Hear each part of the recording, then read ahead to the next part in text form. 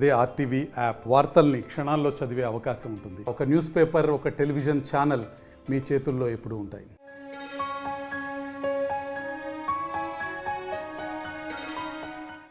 నమస్తే, welcome to RTV. ఈరోజు ఆలయ దర్శనంలో భాగంగా హన్మకొండలోని కేయూ యూనివర్సిటీ పోలీస్ స్టేషన్ పక్కన ఉన్నటువంటి దుర్గాదేవి ఆలయం దగ్గర ఉన్నాం. ప్రస్తుతం మనం ఆలయం అనగానే అమ్మవారు ఒక్కళ్ళే ఉంటారు. ఎక్కడైనా మన దుర్గాదేవి కానివ్వండి, అలాంటి ఆలయాల్లో కొన్ని చోట్ల అమ్మవార్లు ఒక్కళ్ళే ఉంటారు. కానీ ఈ గుడిలో విశిష్టత ఏంటంటే సీతారాములు, రాధాకృష్ణ, వెంకటేశ్వర స్వామి, అయ్యప్ప స్వామి అందరూ కూడా అంటే ఒక 4-5 రకాల దేవుళ్ళతో పాటు నవగ్రహాలకు సంబంధించినటువంటి దేవుళ్ళు అందరూ కూడా ఇక్కడ కొలువు తీరి ఉంటారు. ఈ ఆలయం యొక్క విశిష్టత అదే. అన్ని దేవుళ్ళు కూడా ఈ ఆలయంలో కొలువు తీరి ఉంటారు. అసలు ఈ ఆలయం యొక్క విశిష్టత కానివ్వండి, ఇక్కడ జరిగే ప్రత్యేక పూజల గురించి తెలుసుకుందాం. ఇక్కడికి ముఖ్యంగా శుక్రవారం రోజున భక్తులు అధిక సంఖ్యలో వస్తుంటారు. ఎందుకంటే అమ్మవారికి ప్రీతికరమైన రోజు శుక్రవారం కాబట్టి ఇక్కడికి భక్తులు అధిక సంఖ్యలో ఈరోజు వస్తూ ఉంటారు. ప్రస్తుతం మనం ఈ ఆలయం దగ్గర ఉన్న ఈ ఆలయం యొక్క విశిష్టత గురించి, ఇక్కడ జరిగే ప్రత్యేక పూజల గురించి తెలుసుకుందాం.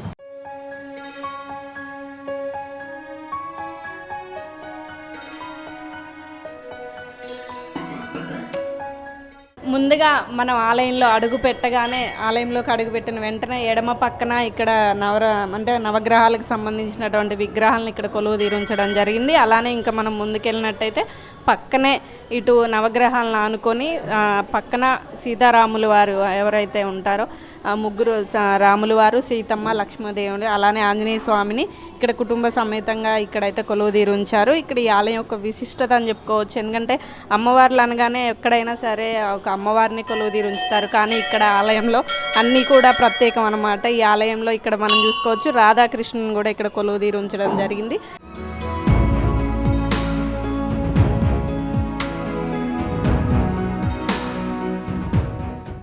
చక్కగా రాధాకృష్ణులు అయితే చాలా చక్కగా ఉన్నటువంటి రూపాన్ని అయితే ఇక్కడ కొలువు తీరించారు. వాళ్ళు సేవించడానికి అంటే పల్లకి సేవలాగా పల్లకిని కూడా ఉంచారు. అలానే ఇటు పక్కన చూసుకుంటే శివుడు అన్నమాట.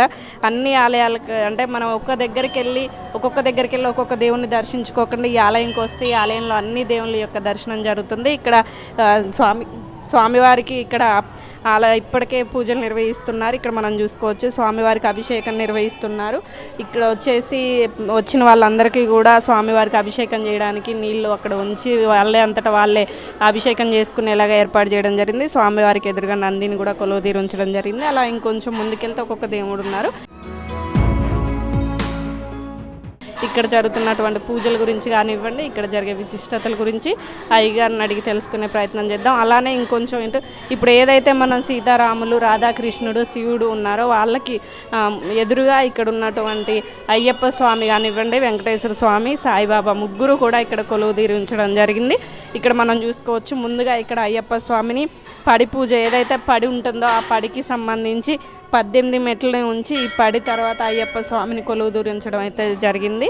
ఇక్కడ మనం చూసుకోవచ్చు ఎప్పుడైనా సరే అయ్యప్ప స్వామి దీక్షలు చేపట్టిన వాళ్ళందరూ కూడా ఇక్కడ ఈ ఆలయంలో వచ్చేసి ఇక్కడ పడి పూజలు నిర్వహిస్తూ ఉంటారు.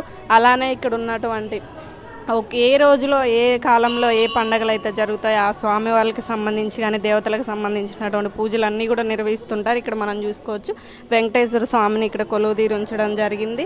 చక్కగా అంటే అమ్మవారులు ఇద్దరిని కూడా ఇక్కడ కొలువు తీరి వెంకటేశ్వర స్వామిని అయితే కొలువు తీరారు. అలానే ఇటు పక్కన చూసుకుంటే సాయిబాబాని ఇక్కడ అలానే సాయిబాబా ఏదైతే రూపాలు ఉంటాయో ఆ రూపాలు పాదాలు కూడా ఇక్కడ స్వామివారికి సంబంధించినవి అన్నీ కూడా ఇక్కడ ఉంచడం జరిగింది. సాయిబాబా వారిని కూడా ఇక్కడ కొలువు తీరి ఉంచడం జరిగింది. ఈ ఆలయం యొక్క ప్రత్యేకత ఇదే అని చెప్పుకోవచ్చు. ఒక ఆలయంకి వస్తే అన్ని దేవుళ్ళ ఆలయంలోకి వెళ్ళినట్టే, అన్ని దేవుళ్ళని మనం దర్శించుకున్నట్టే. అలానే ఇక్కడ మనకి ముందుకు వెళ్ళినట్లయితే నాగపడగలకు సంబంధించి అలానే అమ్మవారిని కూడా ఉంచడం జరిగింది. అక్కడ కూడా ప్రత్యేకమైన పూజలు చేస్తూ అక్కడ కూడా దీపాలను వెలిగిస్తూ అందరూ వచ్చిన మహిళలు శుక్రవారం సందర్భంగా ఇక్కడ అందరూ కూడా దీపాలు వెలిగిస్తూ ఉంటారు. ఇక్కడ మనం చూసుకోవచ్చు అమ్మవారికి సంబంధించినటువంటి ఇక్కడ స్వామివారిని కానివ్వండి, నాగపడగలకు సంబంధించి వినాయకుడు అన్ని దేవుళ్ళు కూడా ఇక్కడ ఉంచడం జరిగింది.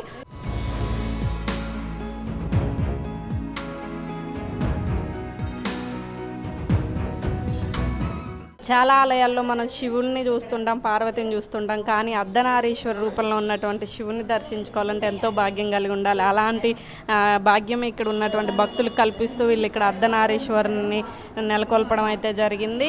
అలానే వెనకాల నాగు పడగలతో, అంటే పాము అనేది నాగు పడగ తన పడగ విప్పి స్వామివారికి పడగ పెట్టినట్టుగా గోపురంగా ఉంచడం జరిగింది. ఇక్కడ మనం చూసుకోవచ్చు కొంతమంది మహిళలు వచ్చేసి ఇక్కడ దీపాలను వెలిగించడం జరుగుతుంది. వారితో మాట్లాడే ప్రయత్నం చేద్దాం. నమస్తే అమ్మా. ఏం మాట్లాడాలి? ఎక్కడ అంటే మీరు ఎక్కడి నుంచి వచ్చారు? చెప్పమ్మా. అంటే ఎప్పుడు రెగ్యులర్గా వస్తుంటారా ఇక్కడికి? శుక్రవారం వస్తుంటాము. అంటే ఈ దీపాలు వేటితో వెలిగిస్తున్నారు? నిమ్మకాయలను పిండి దీపాలు వెలిగిస్తాం. అట్లా అంటే ప్రతి శుక్రవారం వెలిగిస్తారా ఇలా? అంటే కుదిరినప్పుడల్లా వెలిగిస్తాం. అంటే ఎట్లా అనిపిస్తుంది ఇక్కడ ఆలయంలో అన్ని దేవుళ్ళు ఉంటారు కదా? ఉంటుంది అలా అవుతుందో.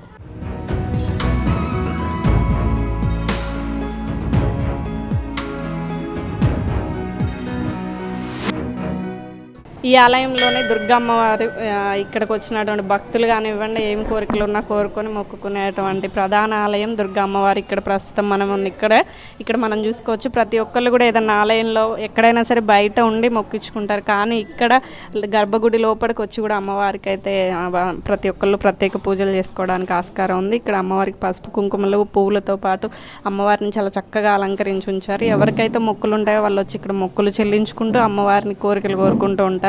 అలానే ఈ ఆలయంకి వచ్చిన వాళ్ళందరూ కూడా చాలా ప్రశాంతంగా ఉందని చెప్తున్నారు. సరే కదా, ఇక్కడికి వచ్చేటువంటి వారు ప్రతి ఒక్కళ్ళు కూడా ఇక్కడ మనం చూసుకోవచ్చు వచ్చిన వాళ్ళందరూ కూడా దీపాలకు సంబంధించి లేకపోతే అమ్మవారికి సంబంధించి పూజలు చేసుకుంటూ, అలానే వచ్చిన ప్రతి ఒక్కళ్ళు కూడా దీపపు కుందులు అంటే బియ్యంతో ఇంటి దగ్గర తయారు చేసుకొచ్చినటువంటి కుందులతో ఇక్కడ అమ్మవారికి ఏదైతే ఉంటుందో ఆ కుందులతో ఇక్కడ వీళ్ళు పసుపు కుంకుమ వేసి వీళ్ళు దీపాలను అయితే వెలిగించడం జరుగుతుంది. ఇక్కడ మనతో కొంతమంది భక్తులు ఉన్నారు, వారితో మాట్లాడే ప్రయత్నం చేద్దాం.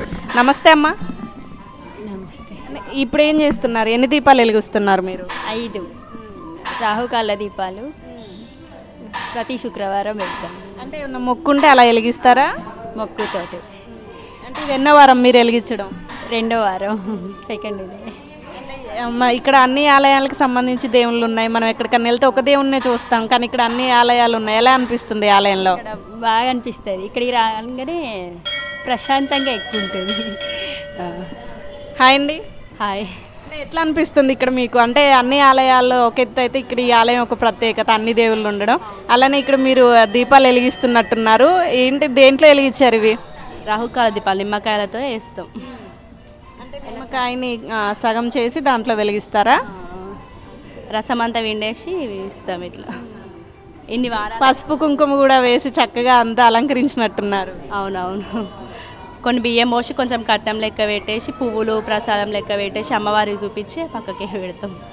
ఏమైనా సంకల్పం ఉంటే నెరవేర్చాలని ఇన్ని వారాలు అన్ని వారాలని 9, 5, 11, 21 అట్లా మొక్కి అమ్మవారికి సమర్పిస్తాం. వీటిని ప్రతి శుక్రవారం మంగళవారం పెడతాం.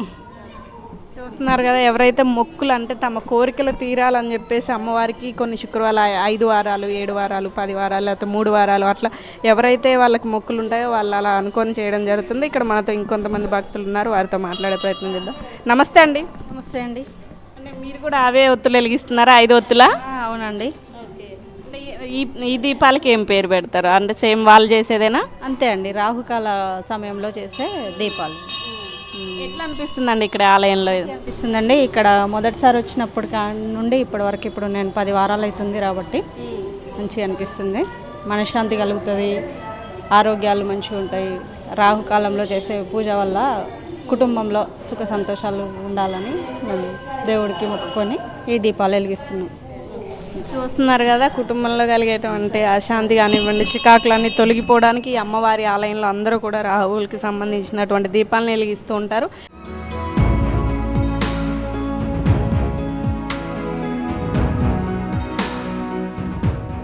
చూశారు కదా ఈరోజు ఆలయ దర్శనంలోని దుర్గమ్మవారి ఆలయాన్ని. ఇక్కడ ఉన్నటువంటి ఆలయంలో కొలువుదీరినటువంటి అన్ని దేవుళ్ళని కూడా ఈరోజు మనం చూసేస్తాం. అంటే ఈ ఆలయం యొక్క విశిష్టత అది, ఒక దేవత దర్శనం కోసం వస్తే అన్ని దేవుళ్ళ దర్శనాలు అవుతూ ఉంటాయి. ఇలాంటి మరిన్ని ప్రత్యేకమైన ఆలయాలను మీ ముందు తీసుకొస్తుంది మీ RTV O2 స్టూడియో.